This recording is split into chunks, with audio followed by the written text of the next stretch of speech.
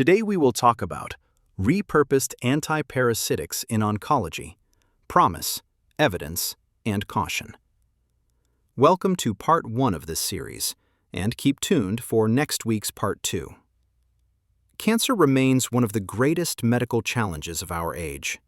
Despite advances in surgery, chemotherapy, immunotherapy, and targeted drugs, many cancers, especially metastatic disease, remain incurable. As researchers push into every possible strategy, one exciting frontier is drug repurposing, using medications already approved for other purposes and investigating whether they can attack cancer cells. Among these, two antiparasitic drugs, ivermectin and fenbendazole, have drawn attention in both academic literature and popular media. In some online communities, they are passionately promoted as miracle cures for even late-stage cancers. But what does rigorous science actually show? In this program, we explore what the published laboratory and animal studies say, proposed mechanisms of action at the molecular level, reported human case reports or testimonials, key criticisms, uncertainties, and safety concerns. What steps remain before any human use can be justified? Making sure to offer in-depth understanding so an informed decision can be made by everyone. No bias, just facts. Let's begin. So, a bit of history. Ivermectin is a macrocyclic lactone widely used in humans for parasitic diseases like onchocerciasis, strongyloidiasis, and animals. Fenbendazole is a benzimidazole anthelmintic used in veterinary medicine to treat worms in livestock and pets. Because both have relatively well-known pharmacology, safety in animals, and to some extent humans for ivermectin, and are inexpensive, they have become targets for repurposing attempts. The hypothesis: maybe these drugs can stress cancer cells or exploit vulnerabilities that parasites and cancer share. For example, cytoskeleton, microtubule function, metabolic reprogramming. But from the start, this is a high-risk hypothesis. Many drugs that kill parasites do not kill human cancer cells without toxicity. Thus, rigorous evidence is essential. Let us dive into ivermectin and cancer and what the literature shows. We begin by reviewing a key recent study. Ivermectin inhibits tumor metastasis by regulating the Wnt/beta-catenin/integrin beta-1/FAC signaling pathway by Zhang et al., 2022.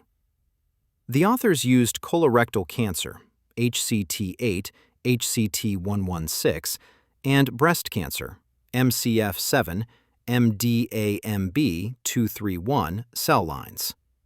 In vitro assays, ivermectin, IVM, significantly inhibited cell migration in wound healing and transwell assays. They also tested a xenograft metastasis model, cells injected into mice to form metastatic nodules, then treated with ivermectin at 1, 2, 3 milligrams per kilogram intraperitoneally daily for 37 days. The treated mice exhibited fewer metastases in lung, muscle, and so on. In a separate subcutaneous tumor growth experiment, HCT8, mice treated with 2 to 3 milligrams per kilogram IVM showed slower tumor growth versus controls. So let's see some mechanistic insights. Ivermectin suppressed expression of migration-related proteins, for example, integrin beta-1, focal adhesion kinase, FAK. It inhibited WNT/beta-catenin signaling, which is known to drive epithelial to mesenchymal transition, EMT, and metastasis. Downstream cascades such as the integrin beta-1 to FAK to cytoskeletal reorganization axis were dampened.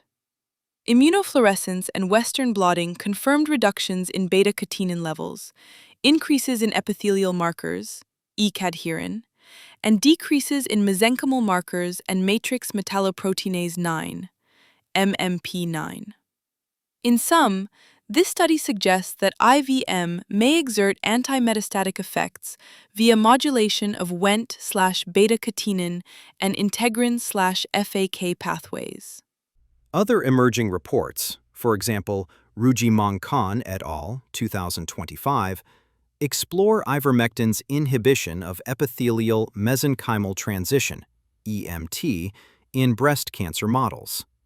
Reviews of ivermectin's broader pharmacologic effects note immunomodulatory, anti-inflammatory, and modulation of transporters, for example, P-glycoprotein, at higher doses.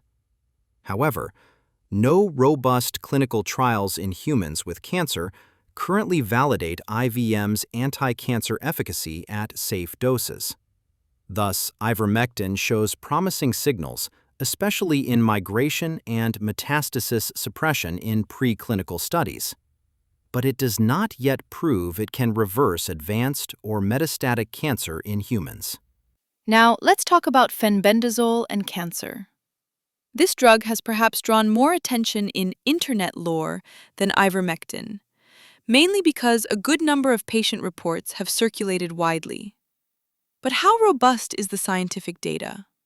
A 2012 review, Fenbendazole as a Potential Anti-Cancer Drug, noted that lab work with benzimidazoles had some possible effects, but the authors concluded that these studies provided no evidence that fenbendazole would have value in cancer therapy in vivo, while recommending further study.